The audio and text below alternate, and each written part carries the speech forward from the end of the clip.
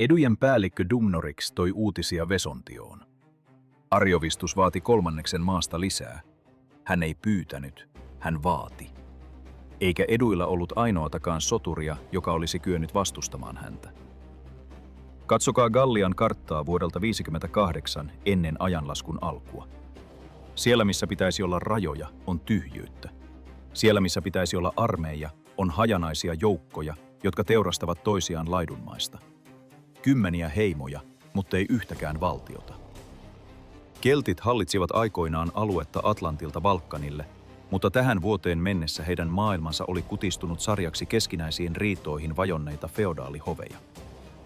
Eduit ja Sekvanit, kaksi suurinta heimoa maan keskiosassa, olivat sotineet keskenään yli sukupolven ajan. Sekvanit olivat häviöllä. Silloin he tekivät sen, mikä historiassa päättyy lähes aina katastrofiin.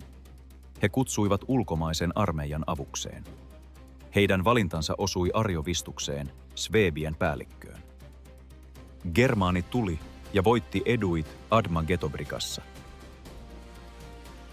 Hän otti Sekvaneilta kolmanneksen heidän maa-alueistaan ja 120 panttivankia, päälliköiden lapsia. Ja sitten hän jäi. Arjovistus ei lähtenyt. Hän lähetti sanansaattajia Germaniaan kutsumaan uusia joukkoja. Julius Caesarin myöhemmin Gallian sota teoksessaan kirjaamien tietojen mukaan hänen komennossaan oli noin 120 000 sotilasta. Ajatelkaa tätä lukua. Yksikään gallialainen heimo ei ollut kyennyt asettamaan edes 10% tuosta määrästä. Sekvanit saivat voiton naapureistaan, mutta maksoivat siitä kolmanneksella viljelysmaistaan ja menettämällä liikkumisvapauden omassa maassaan. Nyt Arjovistus vaati vielä kolmanneksen lisää. Caesar kirjasi myöhemmin Sekvanien sanat sanatarkasti.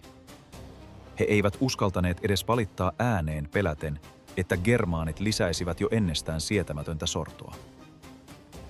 Edujen päällikkö Divitiacus tarkkaili tapahtumia ja ymmärsi. He olisivat seuraavia. Arjovistuksen taktiikka oli helppo lukea. Germaani ei valloittanut maita väkisin. Hän odotti, että gallialaiset itse pyytäisivät apua. Sitten hän otti maksun. Sitten hän jäi. Sitten hän vaati lisää. Reinin laaksosta oli tulossa ponnahduslauta Germaanien siirtymiselle länteen.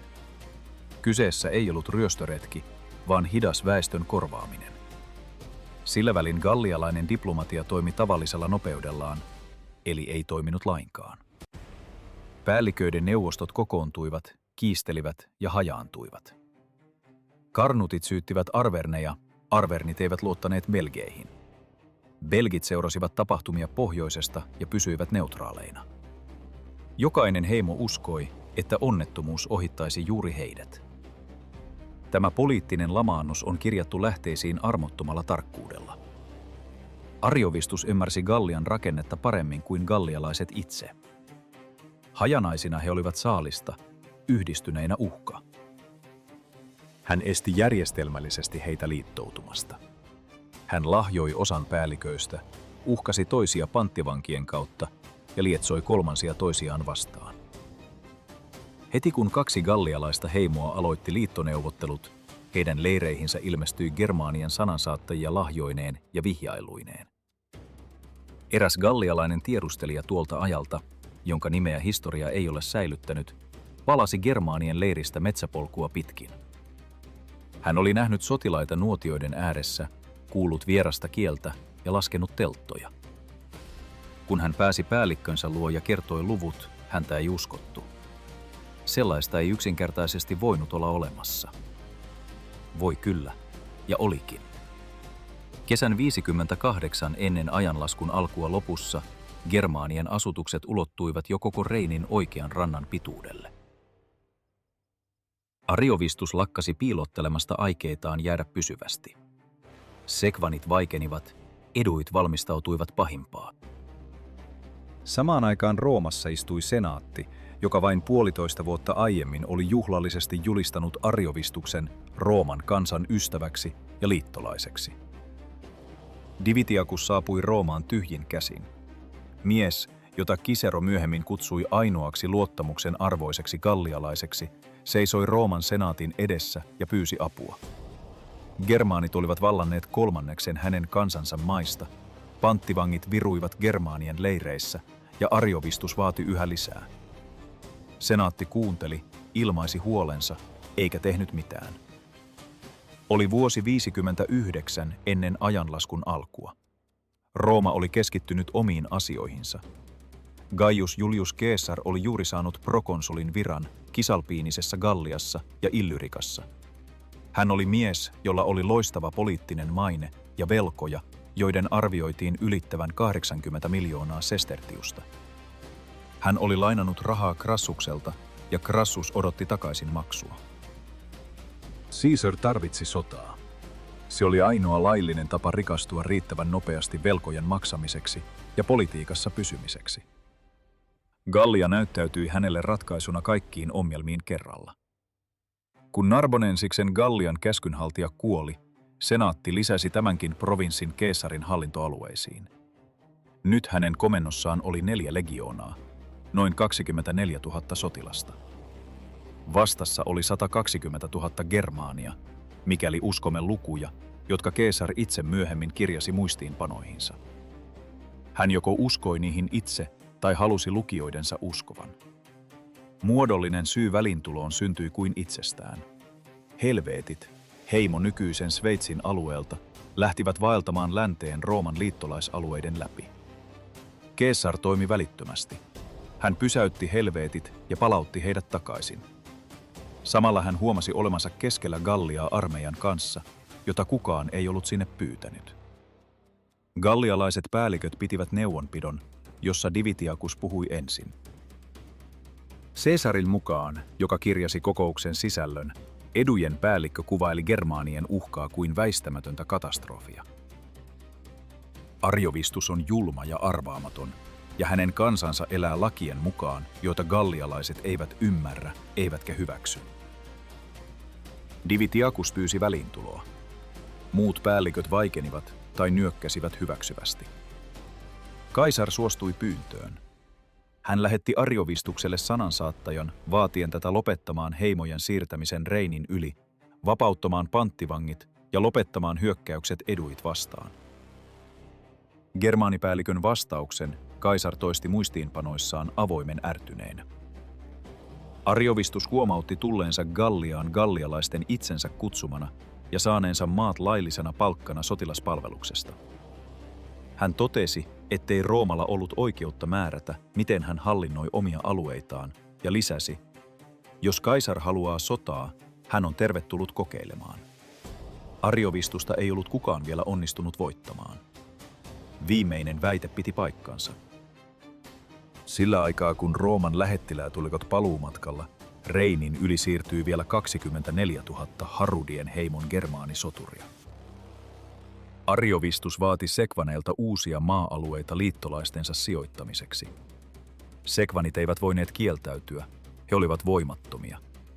Kaisar sai tiedonannon, luki sen ja antoi välittömästi marssikäskyn, odottamatta edes huollon valmistumista. Tässä on ymmärrettävä eräs tärkeä seikka. Kaisar ei kiirehtinyt vain taktisista syistä.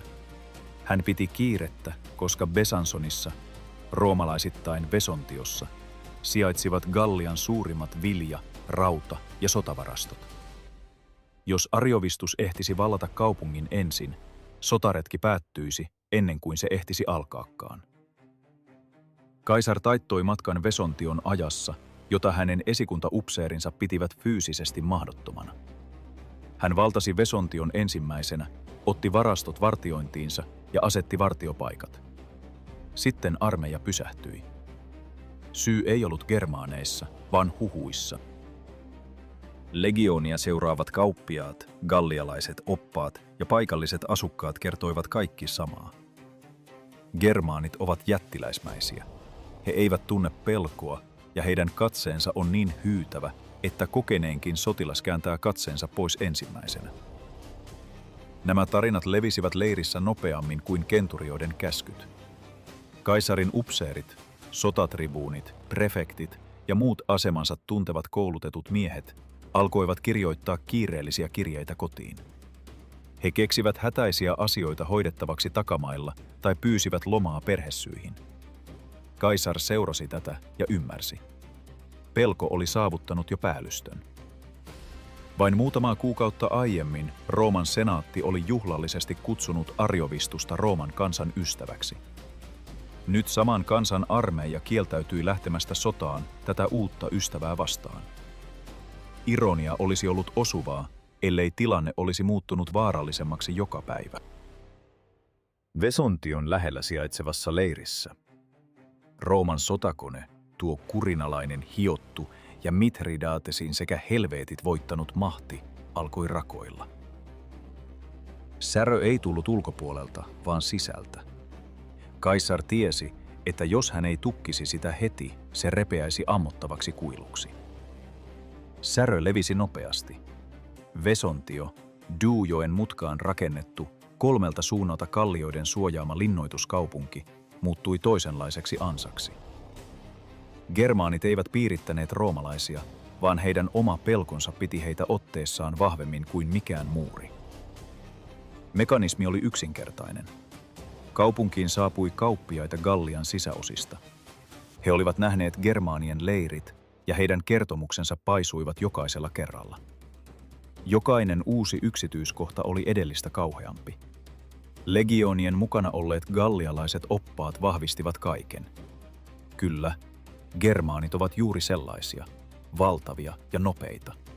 He katsovat suoraan silmiin, ja kokenutkin sotilas laskee katseensa ensin. Caesar kirjasi ylös, kuinka kaikki pyysivät kilvan lomaa. Jotkut jäivät häpeissään, mutta eivät kyenneet kätkemään kyyneleitään, vaan piiloutuivat surullisina telttoihinsa.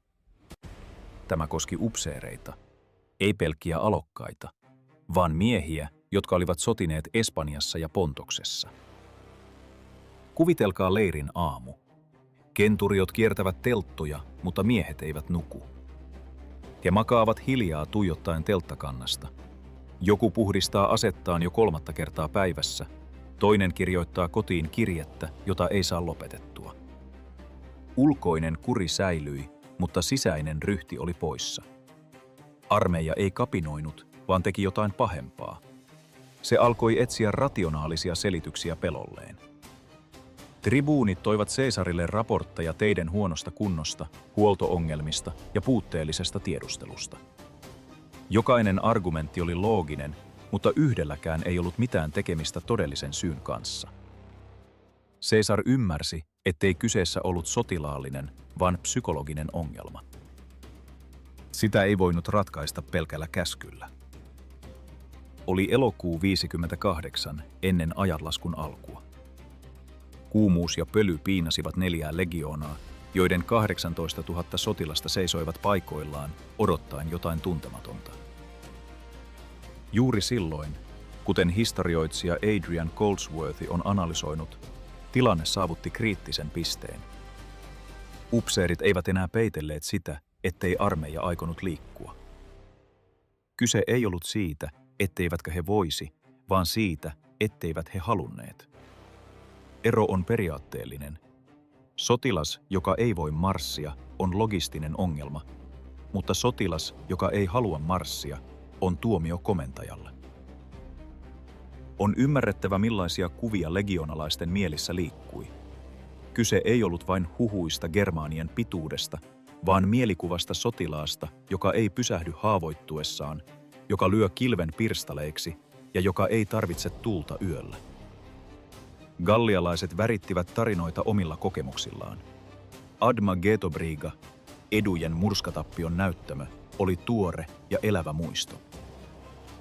Eräs 10. legioonan veteraani istui nuotiolla ja selitti nuoremmille, miksi heitä oli opetettu väärin. Gladius tehoaa gallialaiseen, mutta Germaania vastaan tarvitaan jotain muuta. Mitä se oli, sitä ei kukaan tiennyt. Siinä piili kauhu. Vihollinen, jota vastaan tutut aseet saattavat olla hyödyttömiä, on pelottavampi kuin mikään konkreettinen vastustaja. Kaisar kutsui koolle sotilasneuvoston. Pöytäkirjojen mukaan se oli suljettu komentajien kokous, mutta käytännössä se oli viimeinen yritys pysäyttää kurin romahdus ennen kuin se muuttuisi peruuttamattomaksi. Hän antoi puheenvuoron jokaiselle ja kuunteli raportit teistä ja huollosta. Sitten hän totesi muistiinpanojansa mukaan suunnilleen näin. Tiedustelu on parempaa kuin luullaan. Viljaa riittää ja tiet ovat kulkukelpoisia. Arjovistus ei ole Jumala. Marius oli voittanut teutonit ja kimbrit, joita germaanit pitivät esikuvinaan 70 vuotta aiemmin, vaikka heidän armeijansa oli ollut nykyistä suurempi. Sali oli hiljainen. Keesar katsoi upseerien kasvoja ja ymmärsi, etteivät sanat, faktat tai logiikka enää tepsineet. Edessä oli ihmisiä, jotka olivat jo tehneet sisäisen päätöksensä ja etsivät nyt vain tapaa oikeuttaa se itselleen. Vesontion pelko ei ollut tavallista pelkuruutta, vaan rationaalista riskien laskentaa ihmisiltä, joilla ei ollut tietoa todellisesta vastustajasta. Vain gallialaisten pelon värittämiä kuvia. Sotakoneen kannalta tulos oli kuitenkin sama. Armeija seisoi paikallaan, ja jokainen odotuspäivä antoi arjovistukselle lisää aikaa toimia. Keesar poistui neuvostosta yksin. Hän seisoi telttansa edessä ja teki päätöksen, joka kääntäisi leirin ylösalaisin seuraavana aamuna. Yksikään historiallinen lähde ei kerro, kuinka kauan päätöksen tekeminen kesti. Tiedetään vain lopputulos, joka asetti koko leirin valinnan eteen, jota ei voinut välttää. Aamulla Keesar ilmoitti lähtevänsä vain 1 legioonan kanssa. Ei 4, vaan 1. 10. Muut saisivat jäädä leiriin, jos heidän kunniansa sen sallisi. Pysähtykääpä miettimään tätä. Rooman prokonsuli ja koko armeijan ylipäällikkö ilmoittaa julkisesti 3 legioonalle, ettei hän tarvitse heitä. Hän selviäisi ilman heitä, sillä 10. legioona olisi riittävä voima suoriutumaan tehtävästä, jota muut pakenivat telttoihinsa.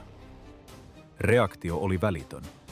10. legioonan sotilaat lähettivät kaisarin luo lähetystön kiittämään osoitetusta luottamuksesta. He olivat valmiita lähtemään. Samaan aikaan 3 muun legioonan komentajat tunsivat maan katoavan jalkojensa alta. Kaisar oli tehnyt pelosta julkista. Hän oli antanut sille nimen ja osoitteen. Pelko asui 8., 11. ja 12. legioonassa, mutta ei 10. Se marssisi sotaan. Tämä oli manööveri, jota ei opeteta sotilasakatemioissa. Kaisar ei antanut suoraa käskyä, vaan loi tilanteen, jossa kieltäytyminen oli mahdotonta. Ei rangaistuksen, vaan häpeän pelosta. Roomalaiselle sotilaalle ne olivat 2 eri asiaa. Rangaistuksen voi kestää, mutta häpeää ei. 3 muun legioonan upseerit tulivat keisarin luo omasta aloitteestaan, ilman kutsua tai käskyä. He pyysivät selitystä sille, missä olivat tehneet väärin ja miksi heidät oli syrjäytetty. Keisar kuunteli heitä ja vastasi muistiinpanojansa mukaan. Hän ei aikonut viedä taisteluun miehiä, jotka epäilivät voittoa, sillä epäilys tekee tappiosta todennäköisen. 10. legioona ei ollut epäilyt. Keskustelu oli päättynyt. Seuraavana aamuna kaikki 4 legioonaa seisoivat taistelujärjestyksessä. Kukaan ei enää pyytänyt lomaa, kirjoittanut kirjeitä kotiin tai laatinut raportteja teiden kunnosta. Vesontio jäi taakse ja kolona liikkui pohjoiseen kohti metsien takana häämöttävää Arjovistuksen leiriä. Pysähtykää hetkeksi katsomaan, mitä tapahtui. Keisar ei nujertanut pelkoa voimalla, vaan muutti sen suuntaa. Sotilaat olivat pelänneet germaaneja, mutta nyt he pelkäsivät vielä enemmän sitä, että heidät muistettaisiin miehinä, jotka eivät uskaltaneet lähteä. Pelko ei kadonnut. Se alkoi vain toimia oikeaan suuntaan. Tämä oli hallinnollinen mestarinäyte mieheltä, joka ymmärsi joukkopsykologiaa paremmin kuin useimmat aikalaisensa. Kyse ei ollut vielä sotapäällikön neroudesta. Taistelua ei ollut vielä käyty, vaan nimenomaan johtamisesta. Kaisar suoritti ratkaisevan operaation omassa armeijassaan jo ennen kuin kohtasi vastustajansa. Kolonna marssi 7 päivää. Tiedustelijat palasivat raportoiden germaanien leirin olevan 24 mailin päässä, sitten 18, sitten 12. 6. päivänä kaisarin luo saapui Ariovistuksen lähettiläitä. Germaanipäällikkö oli nyt valmis neuvotteluihin, samoihin, jotka hän oli hylännyt vain muutamaa viikkoa aiemmin. Kaisar suostui tapaamiseen. Paikaksi valittiin neutraali kukkula Tasangon keskellä. Kumpikin osapuoli toi mukanaan ratsuväkeä, ei jalkaväkeä. Keesar, omien sanojensa mukaan, ei luottanut Germaanian ratsumiehiin, joten hän istutti 10. legioonan sotilaita gallialaisten liittolaistensa hevosten selkään. Sama legioona oli jälleen tapahtumien polttopisteessä, tällä kertaa kirjaimellisesti. Ariovistus puhui tulkin välityksellä, samoin keisar. Se oli 2 miehen välinen keskustelu, jossa 3. osapuoli seisoi välissä, ja jokainen sana ehti jäähtyä ennen kuin se välitettiin eteenpäin. Germaanipäällikön sanat, jotka Caesar kirjasi ylös, kuulostavat yllättävän konkreettisilta. Ariovistus huomautti tulleensa Galliaan kutsuttuna ja totesi, ettei kukaan ollut antanut Roomalle oikeutta hallita maita, jotka eivät sille kuuluneet. Hän muistutti senaatin julistaneen hänet Rooman kansan ystäväksi, ja nyt sama Rooma lähetti legioonia häntä vastaan. Ariovistus kysyi suoraan, missä on logiikka? Vastausta ei tullut. Sitten hän lisäsi sanasta sanaan sen, mitä keisar oli kirjoittanut. Jos hän surmaisi keisarin, monet Rooman vaikutusvaltaisista henkilöistä olisivat hänelle kiitollisia. Se ei ollut uhkaus, vaan toteamus. Ariovistus tunsi keisarin poliittiset vastustajat senaatissa. Hän tiesi heidän nimensä ja tiesi, mitä he tavoittelivat. Neuvottelut keskeytyivät, kun Germaanin ratsumiehet alkoivat heitellä kiviä ja keihäitä kohti roomalaisia lähettiläitä. Keisar antoi käskyn olla vastaamatta provokaatioon säilyttääkseen arvovaltansa. Kolonna vetäytyi. Toista tapaamista ei tullut. Ariovistus lähetti sanansaattajia, joilla oli selkeä vaatimus. Neuvotteluja ei käytäisi välikäsien kautta, vaan ainoastaan henkilökohtaisessa tapaamisessa. Keisar kieltäytyi. Upseerin lähettäminen Germaanian leiriin olisi merkinnyt panttivangin luovuttamista. Germaanipäällikkö tiesi sen, ja keisar tiesi päällikön tietävän. Diplomatia päättyi siihen, mistä todellinen sota alkaa. Hetkeen, jolloin molemmat osapuolet ymmärtävät, ettei seuraavaa sanaa lausu tulkki, vaan rauta. Leiri purettiin. Keisar tarkkaili Germaanian asemia ja punnitsi sitä, mikä oli jo väistämätöntä. Ariovistus ei perääntyisi, eivätkä legioonat antaisi periksi. Heidän välissään levittäytyi tasanko, jolla ratkeaisi pian kysymys, jota diplomatia, uhkaukset tai poliittiset manööverit eivät olleet kyenneet selvittämään. Ariovistus ei kuitenkaan ottanut taistelua vastaan. Hän valitsi jotain piinaavampaa. Germaanian armeija lähti leiristään ja liikkui kiertoreittiä, ei kohti roomalaisten asemia, vaan niiden ohi. 5 mailin päässä etelässä germaanit pysähtyivät jälleen ja katkaisivat tien, jota pitkin viljatäydennykset saapuivat kaisarille provinssista. Ratkaisu oli yksinkertainen. Ilman yhtäkään taistelua päällikkö asetti 6 legioonaa valinnan eteen. Hyökätä epäedullisista asemista tai nääntyä hitaasti nälkään. Caesar ymmärsi manööverin välittömästi. Hän rakennutti viipymättä toisen leirin, pienen ja linnoitetun, aivan Germaanien asemien ja oman pääleirinsä väliin.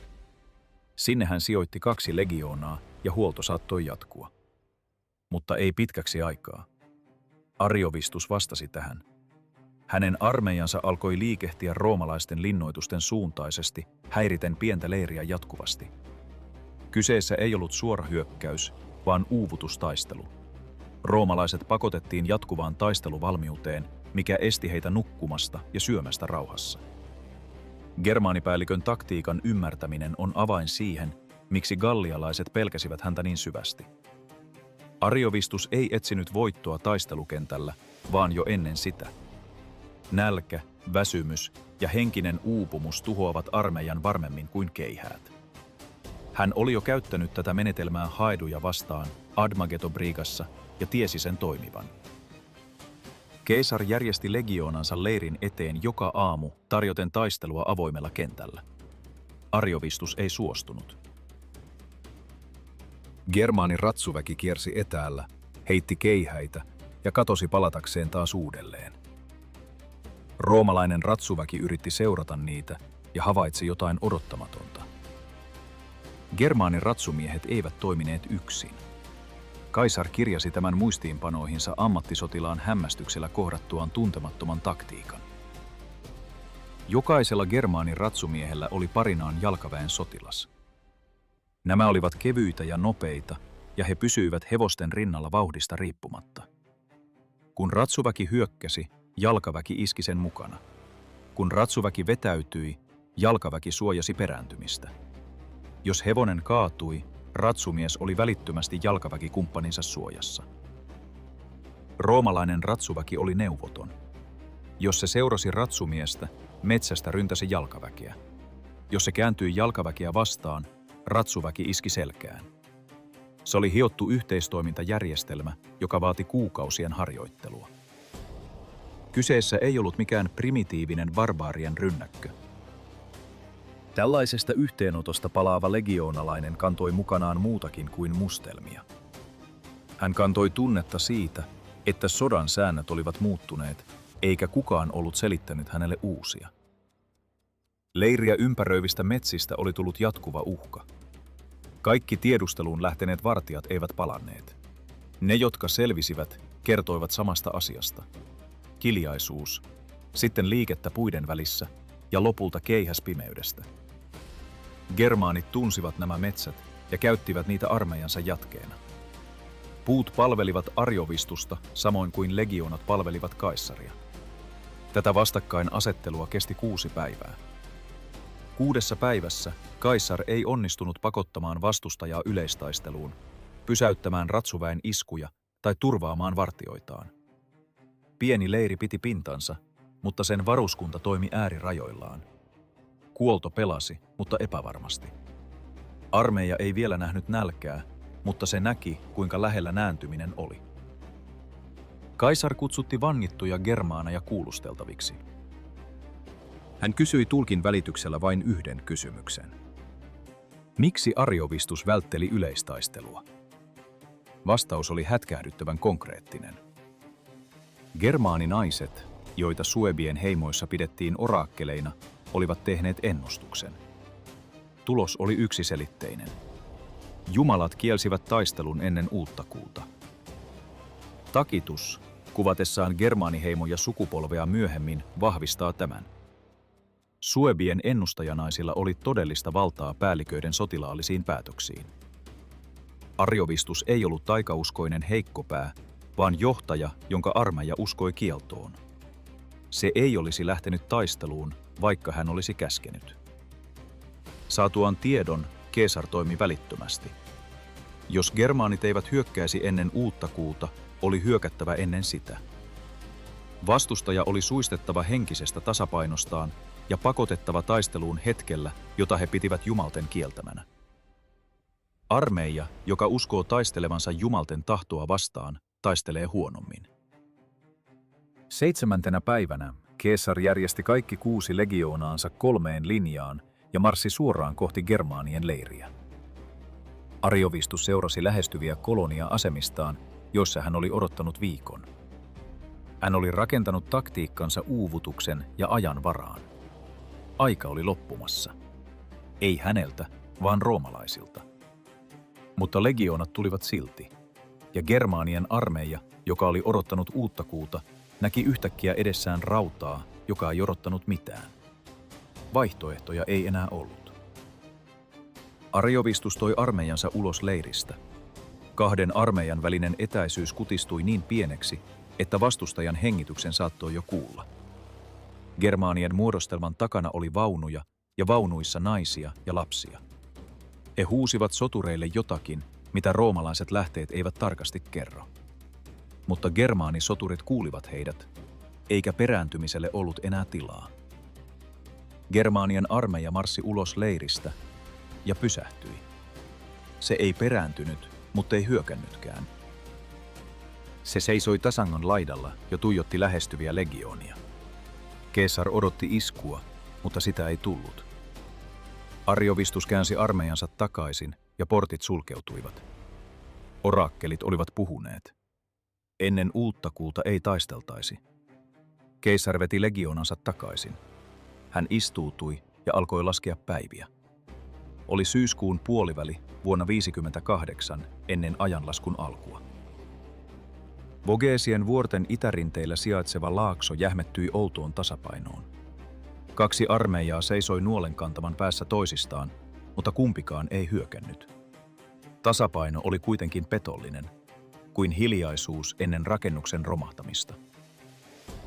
Roomalaisessa leirissä tapahtui asioita, joista lähteet kertovat varovasti, mutta jotka historioitsijat lukevat rivien välistä. Viljavarastot hupenivat. Germaani ratsuväki jatkoi saattueiden häiritsemistä. He eivät iskeneet jokaiseen, mutta riittävän usein pitääkseen huollon jatkuvassa epävarmuudessa. Sotilaat saivat yhä annoksensa, mutta sotilas, joka saa vajaat annokset odottaessaan taistelua, joka ei ota alkaakseen, on pian tyystin toinen mies. Keesar kirjasi jännityksen merkit järjestelmällisesti. Riidat saranpäämiesten välillä yleistyivät. Leiriaskareiden suorittaminen hidastui. Kyse ei ollut avoimesta tottelemattomuudesta, vaan siitä vaivihkaisesta hidastumisesta, jonka kokenut komentaja huomaa ennen kuin siitä kasvaa ongelma. Miehet söivät vähemmän kuin tarvitsivat ja nukkuivat huonommin kuin olisi pitänyt. Germaanien leirissä tilanne oli tyystin toinen, ja juuri se teki odotuksesta vaarallisen. Germaanit eivät nähneet nälkää. Heidän saattuensa saapuivat idästä esteettä. Ariovistus oli valinnut paikan, jossa oli vettä ja laidunmaata. Hänen armeijansa seisoi vieraalla maalla, jota se piti jo omanaan, ja odotti jumalten merkkiä sellaisella kärsivällisyydellä, jota osoittavat vain lopputuloksesta varmat ihmiset. 3. odotuspäivänä laskeutui sumu. Paksu ja liikkumaton usva peitti laakson aamusta puoleen päivään. Vallien päällä seisovat vartijat näkivät germaanien leirin vain tummana hahmona valkoisen seinän takana.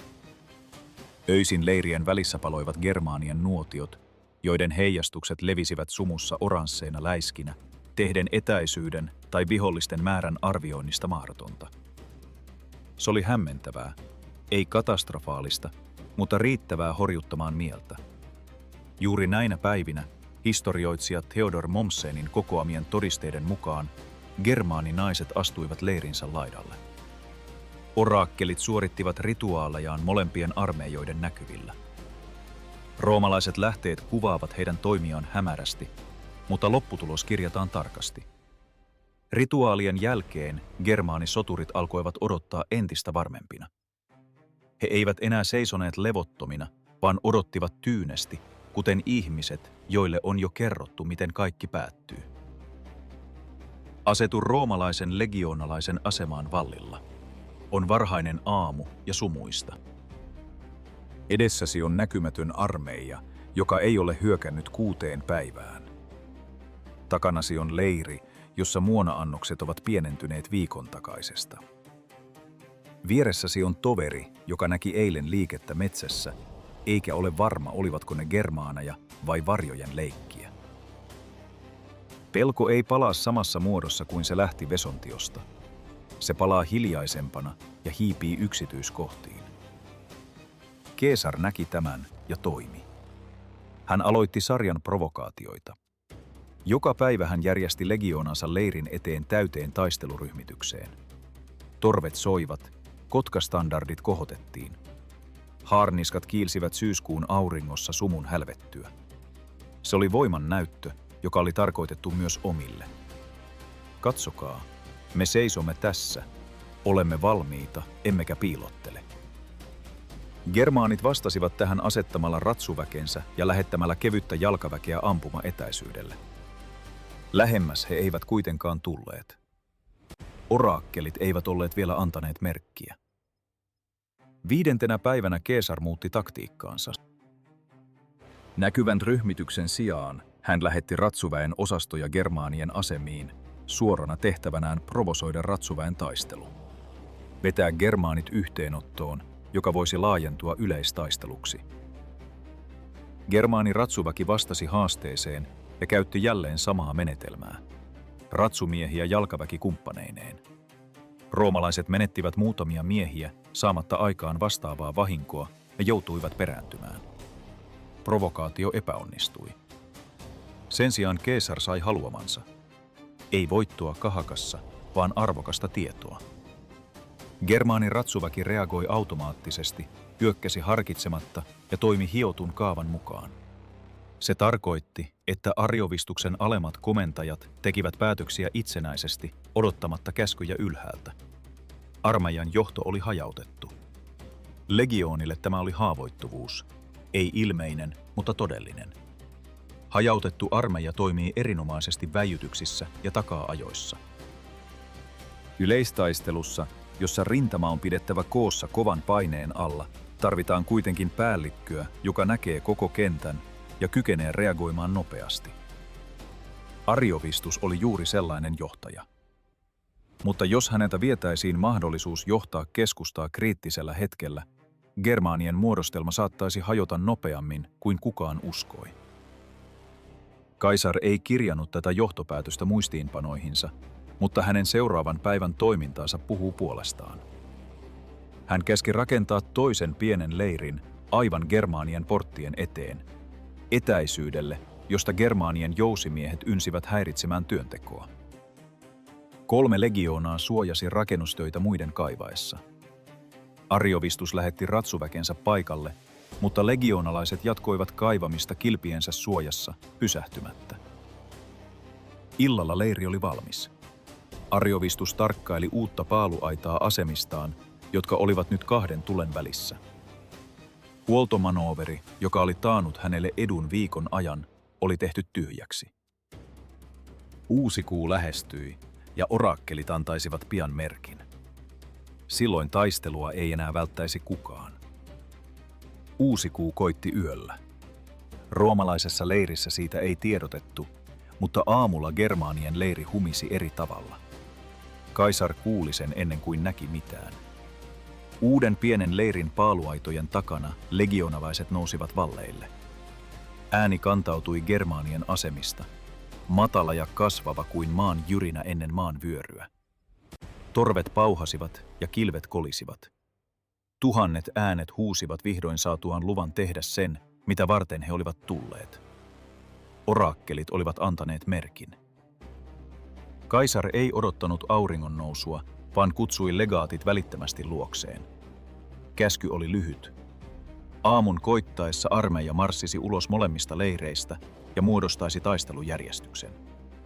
Kaikki 6 legioonaa. Koko rintaman leveydeltä. Leiriin ei jätettäisi reservejä, ainoastaan apujoukkoja vartioimaan linnoituksia.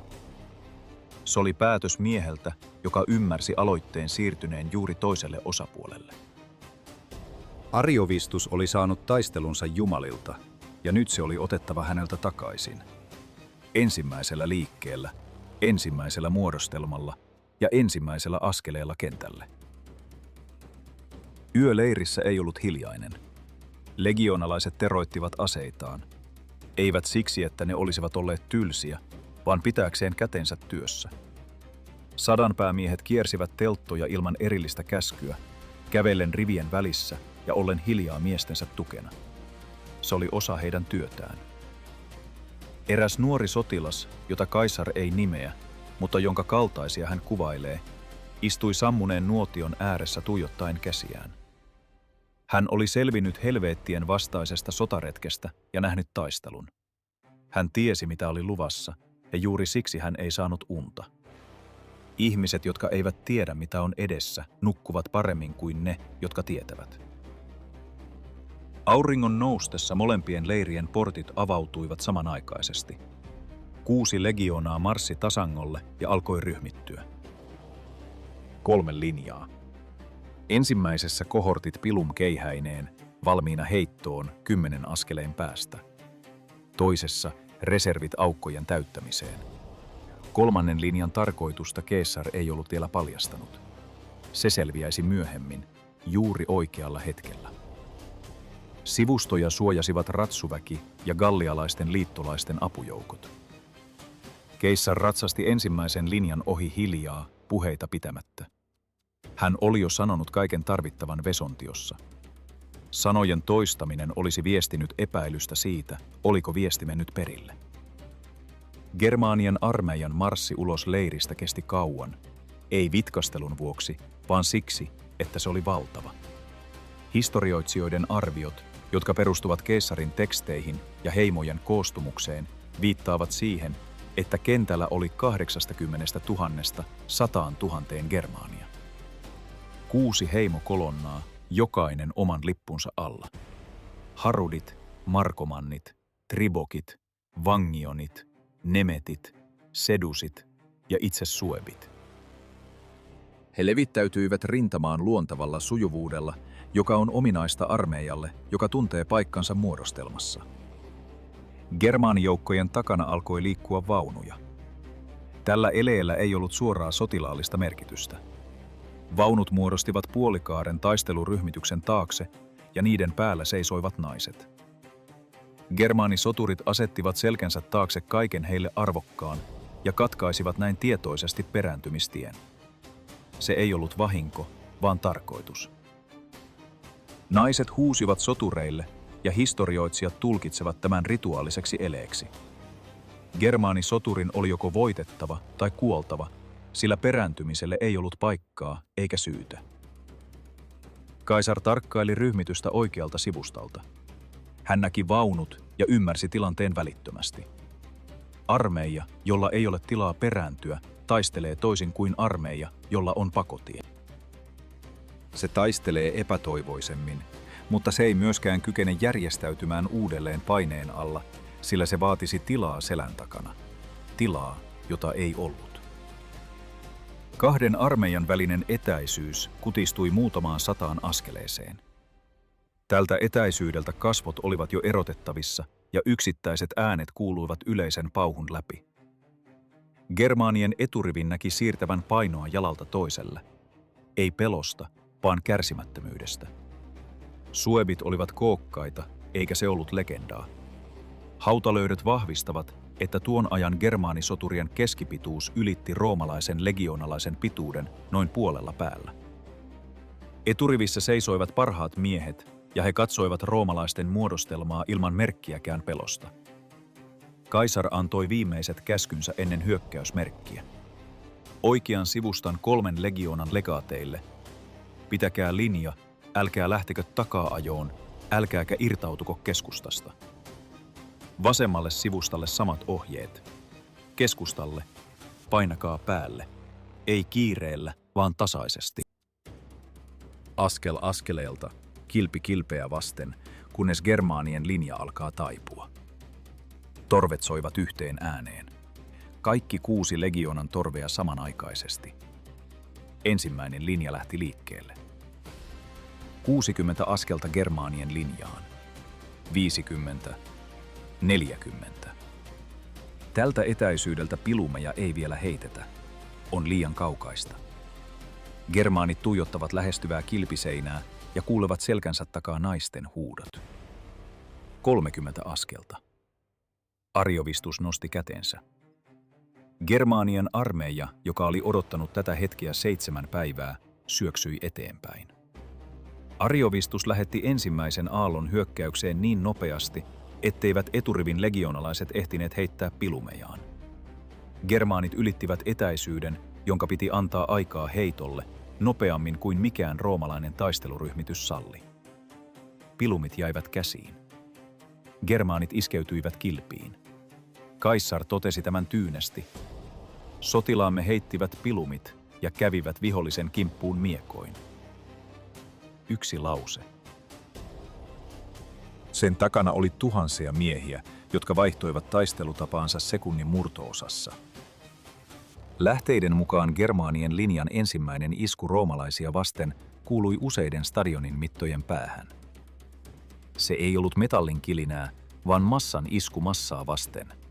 Kilpiä, ruumiita, maata jalkojen alla. Asetu hetkeksi roomalaisten vasemman sivustan eturiviin. Edessäsi on germaanisoturi, puolta päätä sinua pidempi, ja hän ryntää päälle nopeudella, jota et osannut odottaa. Hänen kilpensä iskeytyy omaasi, jalat liukuvat tallatulla maalla. Takana painavat toisen rivin toverit. Tilaa lyönnille ei juuri ole. Gladius tekee työtään lyhyin liikkein. Pisto, pisto, pisto. Tämä ei ole kaksintaistelu. Se on työtä ihmismassassa, jossa jokainen senttimetri tilaa maksaa hengen. Roomalaisten oikea siipi eteni ja sai heti vauhtia.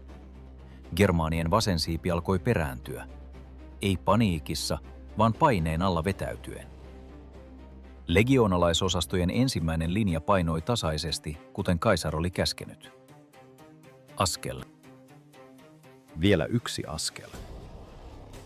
Germaanit luovuttivat maata hitaasti, mutta luovuttivat kuitenkin. Keskustassa tilanne oli toinen. Germaanien heimot linjan keskustassa, sveebit ja markomannit, arjovistuksen parhaat soturit, seisoivat tiiviisti. Erittäin tiiviisti. Niin tiiviisti, että siitä tuli heidän ongelmansa ennen kuin he ehtivät sitä ymmärtää. Kaisar kirjasi. Viholliset olivat pakkautuneet niin tiiviisiin falankseihin, että roomalaiset hyppäsivät heidän kilpiensä päälle ja iskivät ylhäältä alas. Lue tämä uudelleen. Legionalaiset hyppäsivät kilpien päälle. Germaanien taktiikka, joka perustui nopeuteen ja tiiviiseen iskuun, toimi ensimmäisessä yhteenotossa.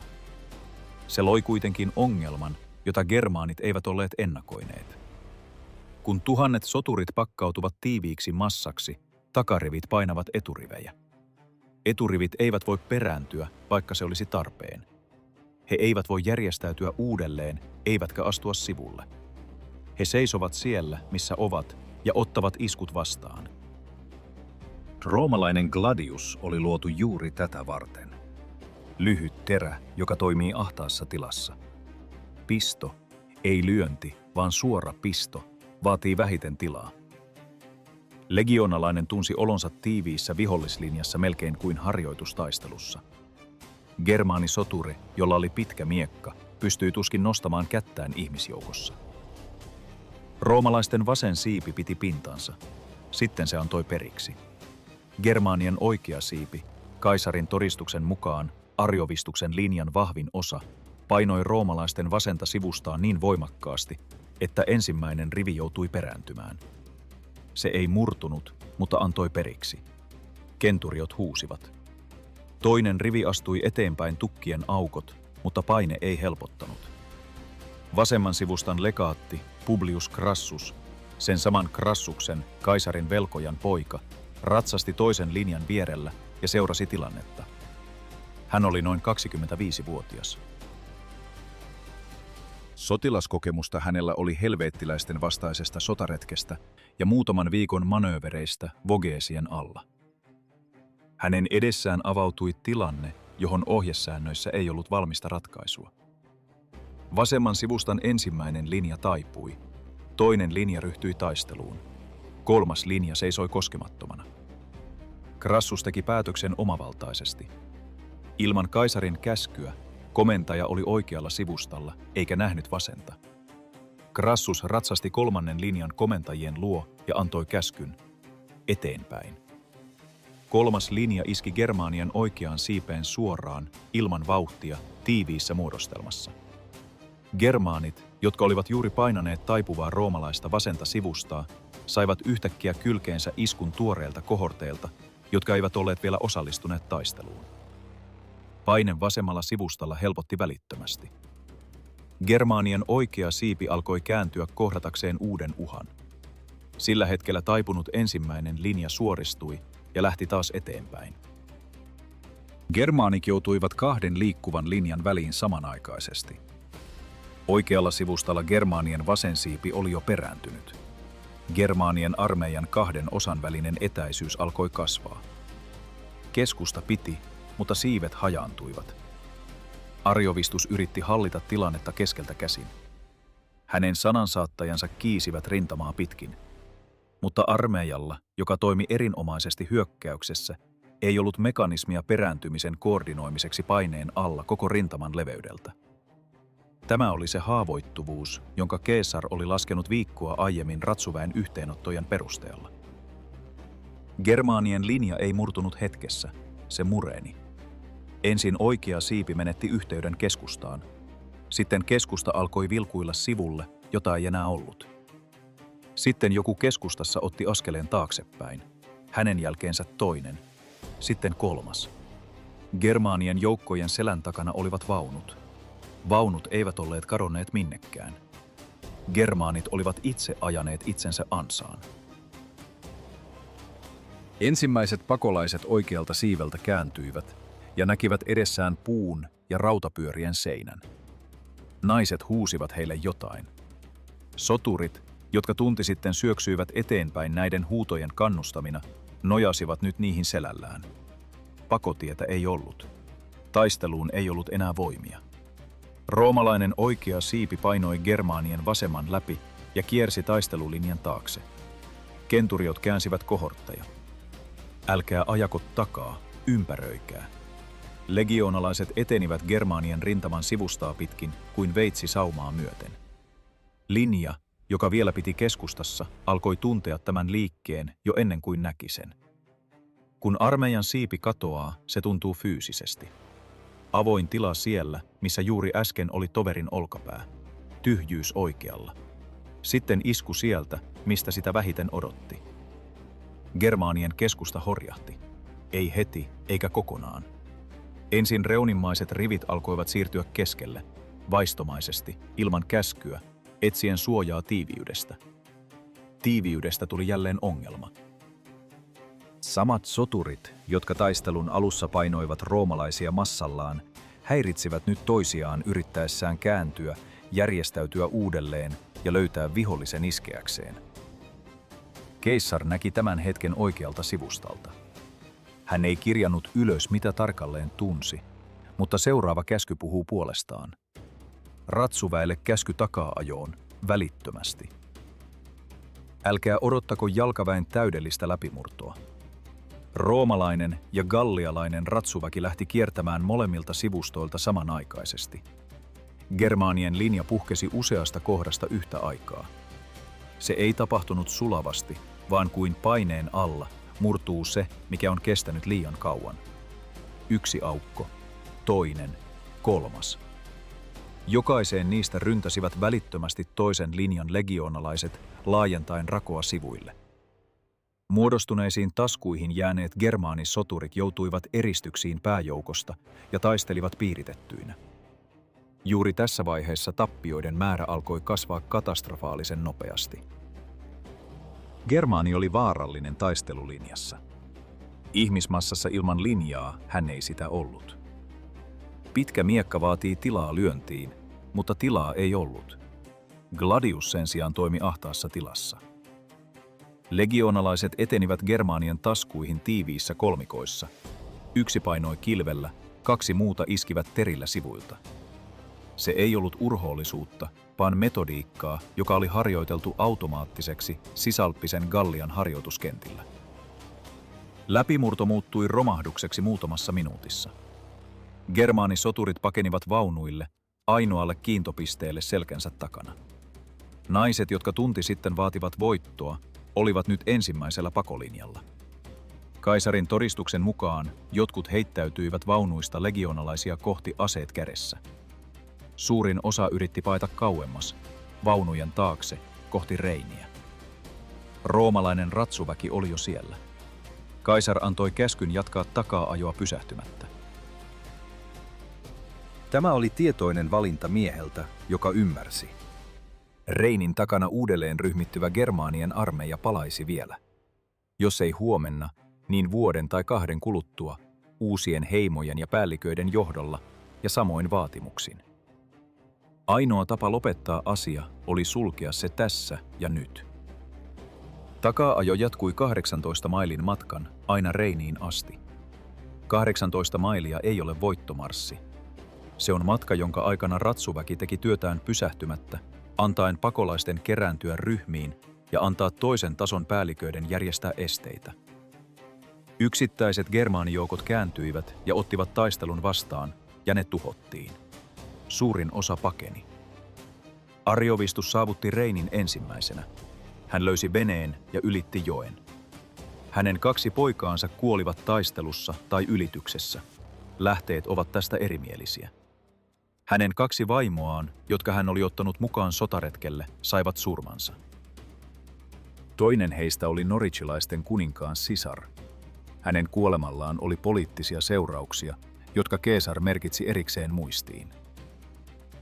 Ariovistus menetti muutakin kuin armeijansa. Hän menetti poliittisen verkostonsa, jota oli rakentanut vuosia. Reinin takana hän katosi lähteistä lähes välittömästi. Mies, jota Rooma kutsui ystäväkseen ja jota Gallia pelkäsi 10 vuotta, lakkasi olemasta poliittinen voima sinä päivänä, kun hänen veneensä kosketti joen itärantaa. Legioonalaiset saapuivat Reiniin auringonlaskuun mennessä. Eräs nimetön sotilas, yksi niistä, joita Keesar kuvaa vain yleisesti, seisoi rannalla ja katsoi vettä. Muutama tunti sitten hän oli ollut eturivissä germaaneja vastaan. Nyt joki oli tyhjä ja hiljainen. Sen takana alkoi metsä, joka ulottui horisonttiin. Siellä, puiden välisessä pimeydessä, päättyi tunnettu maailma. Legioonalaiset eivät menneet veteen. Käskyä ylitykseen ei tullut. Keesar pysäytti takaa-ajon rannalle. Reinistä tuli raja. Ei ikuisesti. Historia todistaa sen muutaman sukupolven kuluttua. Mutta sinä iltana, syyskuun lopussa vuonna 58 ennen ajanlaskun alkua, joki jakoi 2 maailmaa niin selvästi, kuin viivaa on harvoin mahdollista vetää menneen ja tulevan välille. Legioonalaisosastojen selän takana oli Gallia. Se oli vapaa germaaneista, mutta se oli juuri lakannut olemasta vapaa Roomasta. Kaisar astui Germaanien leiriin seuraavana aamuna. Ei samana iltana, vaan aamulla. Yön jälkeen, jonka armeija vietti Reinin rannalla sen jäänteiden keskellä, mikä oli ollut suurin Germaanien armeija Vogesien takana. Hän käveli valloitetun leirin läpi hitaasti. Hän katseli ja laski. Leiri oli valtava. Tuhansien ihmisten teltat. Viljavarastoja, jotka olisivat riittäneet kuukaudeksi. Vaunut, jotka aamulla seisoivat puoliympyränä Germaanien linjan takana, olivat nyt kaatuneina, rikkinäisinä ja hajallaan. Niiden joukossa makasivat ne, jotka eivät ehtineet Reiniin, ja ne, jotka eivät edes yrittäneet paeta. Caesar käveli leirin läpi ja tuli ulos sen toiselta puolelta. Sitten hän istui ja alkoi sanella. Tämä on tärkeä yksityiskohta, jonka voi helposti ohittaa. Taistelu ei ollut vielä edes jäähtynyt. Takaa-ajo oli päättynyt vain muutama tunti sitten, mutta Caesar muotoili jo tekstiä, joka saavuttaisi Rooman ennen kuin huhut ehtisivät sinne. Hän ymmärsi sen, minkä monet komentajat käsittivät liian myöhään. Voitto saavutetaan 2. Ensin taistelukentällä, sitten sanoilla.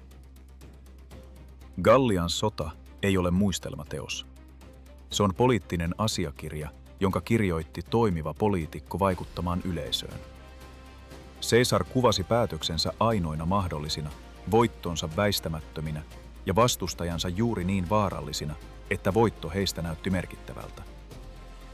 Ariovistus sai tässä tekstissä juuri sellaisen hahmon, jota Caesar tarvitsi. Katso nyt, mitä tapahtui samanaikaisesti toisaalla. Gallialaisten päälliköt kokoontuivat neuvostoon. Caesarin todistuksen mukaan välittömästi voitosta saadun tiedon jälkeen. He onnittelivat toisiaan ja kiittivät voittajaa. He puhuivat siitä, että Germaanien uhka oli poistettu. Divitiacus, aidujen päällikkö, joka 2 vuotta aiemmin oli seisonut Rooman senaatin edessä tyhjin käsin, lausui nyt kiitossanoja. Caesar otti kiitokset vastaan ja kirjoitti ne ylös. Sitten hän antoi jo käskyt legioonien sijoittamisesta talvileiriin Galliaan. Ei Narbonen provinssiin, ei Sisalppiseen Galliaan, vaan maan sydämeen, niiden heimojen keskuuteen, jotka olivat juuri juhlineet vapautumistaan. Kukaan gallialaispäälliköistä ei sanonut sitä siinä neuvostossa ääneen. Ehkä he eivät ehtineet käsittää sitä. Ehkä he käsittivät, mutta vaikenivat.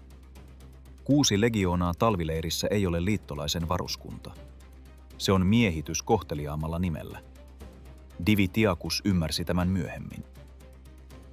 Tai ehkä hän ymmärsi sen heti, mutta ei löytänyt sanoja, joilla olisi ollut merkitystä. Germaanit Reinin takana nuolivat haavojaan. Ariovistuksen selviytyneet soturit palasivat heimoihinsa ja kertoivat, mitä Vogesien vuorten lähellä sijaitsevassa laaksossa oli tapahtunut. Tarinat levisivät Germaanien mailla nopeasti. Ne eivät olleet vain varoitus, vaan opetus. Rooma osaa sotia. Rooma ei pysähdy joenrannalle pitkäksi aikaa. Rooma tulee legioonineen ja jää. 7 vuoden kuluttua myös gallialaiset ymmärsivät tämän. Vercingetorix aloitti kapinan vuonna 52 ennen ajanlaskun alkua. Lähes koko Gallia nousi Roomaa vastaan. Ne samat heimot, jotka juhlivat voittoa Ariovistuksesta, ja ne samat päälliköt, joiden joukot kulkivat legioonien rinnalla, tarttuivat aseisiin miestä vastaan, jota he olivat kerran kutsuneet vapauttajaksi. Kapina tukahdutettiin. Vercingetorix istui 6 vuotta roomalaisessa vankilassa, kunnes hänet kuristettiin kaisarin riemusaatossa. Galliasta tuli Rooman provinssi. Palaa vielä Reinin rannalle. Siihen syyskuun lopun iltaan vuonna 58 ennen ajanlaskun alkua, kun legioonalaiset seisoivat veden äärellä ja katsoivat tummaa metsää joen takana. Sillä hetkellä he pitivät itseään voittajina. He olivatkin voittajia. He olivat lyöneet armeijan, jota Gallia oli pelännyt 10 vuotta. He tekivät sen, mihin yksikään gallialaisheimo ei ollut pystynyt. Tämän voiton hintaa ei ollut kirjattu kaisarin muistelmiin. Strabon arvioi gallialaisten väestötappioiden nousseen Rooman valloitusvuosina miljooniin. Historioitsijat kiistelevät tarkasta luvusta, mutta mittakaavaa ei kukaan kiistä. Divitiacus pyysi Roomalta apua germaaneja vastaan. Rooma tuli ja auttoi, eikä sen jälkeen poistunut. Ariovistus halusi maata ja valtaa Galliasta. Hän sai tappion ja unohduksen Reinin takana. Kaisar halusi sotilaallista mainetta, varallisuutta ja poliittista tulevaisuutta Roomassa. Hän sai ne kaikki. Ja 9 vuoden kuluttua hän ylitti Rubikonin legioonineen, lopettaen Rooman tasavallan yhtä järjestelmällisesti kuin hän oli lopettanut Germaanien vastarinnan joen rannalla. Gallia halusi vain yhtä asiaa: tulla jätetyksi rauhaan. Historia ei ole kirjannut yhtäkään hetkeä, jolloin tätä toivetta olisi kuunneltu. Sitä ei kuunnellut idästä tullut germaanipäällikkö, eikä etelästä tullut roomalainen prokonsuli. Eivätkä sitä kuunnelleet gallialaispäälliköt, jotka kutsuivat vuoroin toista ja vuoroin toista apuun, saaden joka kerta jotain aivan muuta kuin mitä olivat pyytäneet. Kansa, joka ei kykene itse puolustamaan rajojaan, joutuu turvautumaan muiden apuun. Vieraat kädet ottavat aina palkkansa, ja se hinta on aina suurempi kuin alkuperäinen hinta. Tämän tiesivät kreikkalaiset. Sen tiesivät kartagolaiset. Sen oppivat myös gallialaiset, mutta liian myöhään. Legioonat asettuivat talvileiriin. Roomalaisten leirien tulet valaisivat gallialaista yötä Vogesien rinteiltä Luaren laaksoon. Gallialaiset päälliköt matkustivat koteihinsa juhlimaan voittoa Ariovistuksesta. Kukaan ei juhlinut pitkään.